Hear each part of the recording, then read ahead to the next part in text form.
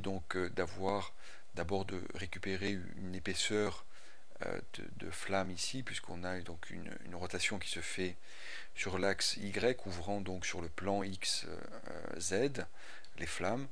Donc on voit, donc on a une forme ici qui s'est dessinée et qui est due au vortex et qui donne donc à ce moment-là des formes supplémentaires qui vont se rajouter donc aux formes un peu en aplat que l'on avait donc au départ, puisqu'on est sur une ligne d'émission qui limite bien sûr l'épaisseur ici à ce niveau-là.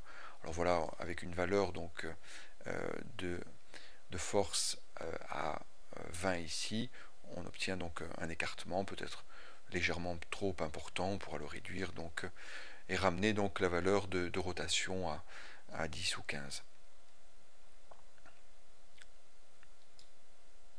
Alors ensuite, bien sûr, tout dépend de l'axe de la caméra qui va servir donc pour filmer les flammes ici. Hein. Donc on peut avoir des choses assez intéressantes, par exemple par ici. Donc pour avoir une certaine épaisseur ici au niveau des flammes,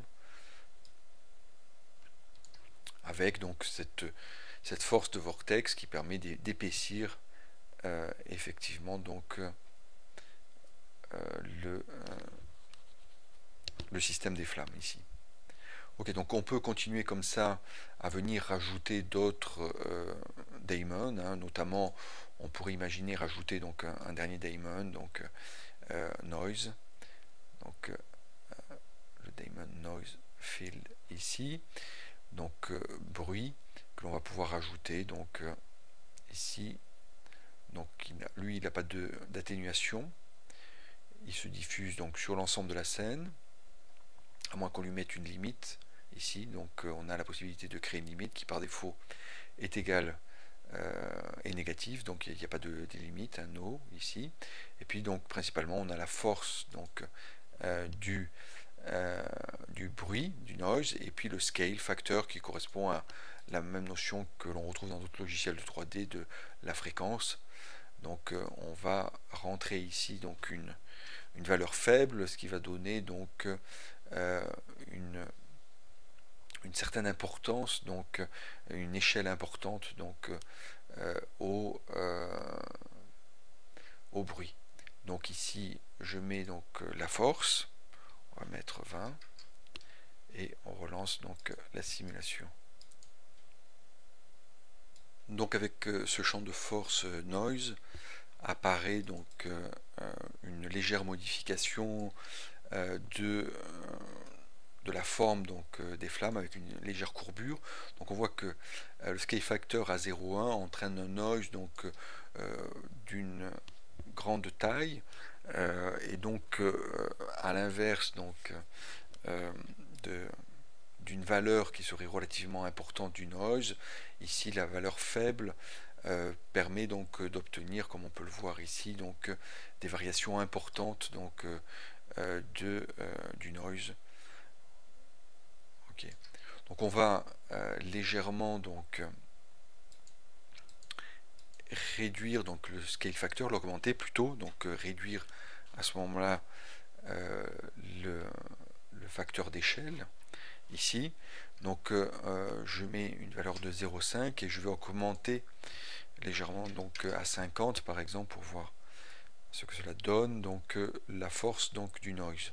Donc ici encore une fois le scale factor, en mettant une valeur relativement faible, on obtient donc un phénomène du noise très distendu, très écarté.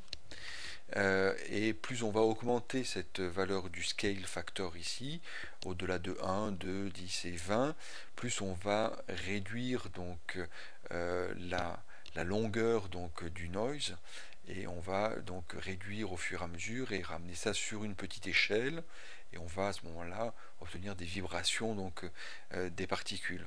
Donc avec des valeurs encore une fois relativement importantes, on obtient plutôt des vibrations des particules avec une valeur relativement faible comme 0,5, 0,2, 0,1, et bien on obtient, bien sûr selon l'échelle donc de la scène, on obtient à ce moment-là plutôt une vibration générale du paquet des particules.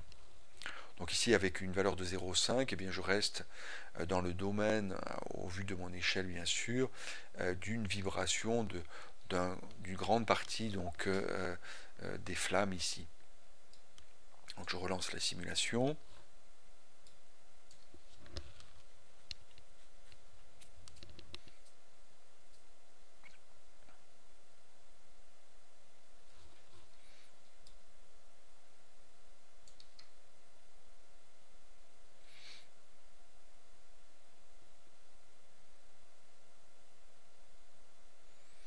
Alors on voit ici qu'on a donc le double phénomène, hein, en même temps le phénomène de torsion du vortex et en même temps le bruit donc, que l'on perçoit là sur les vibrations, hein, le bruit donc, qui déplace donc, un ensemble donc, de particules.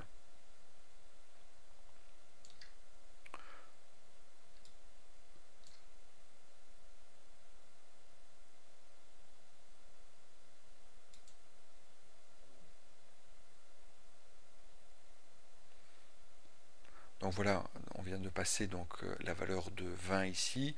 On a stabilisé notre solution dans le sens où on est à la hauteur maximale donc, pour ces particules. Et donc on va avoir maintenant donc, les vibrations qui sont dues donc, au phénomène physique du gaz et aux deux champs de force Damon que l'on a mis en place, qui sont donc le vortex d'abord et puis après le champ de force bruit qui nous permet donc d'obtenir des variations aléatoires donc de la forme des flammes.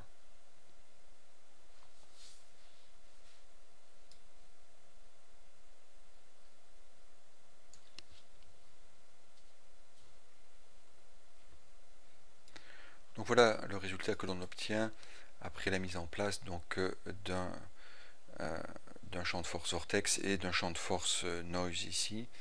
Donc on obtient ici une rotation donc d'éléments gazeux ici grâce au vortex. Donc, et puis le noise qui vient rajouter donc un bruit à l'ensemble. Donc le vortex est peut-être relativement important.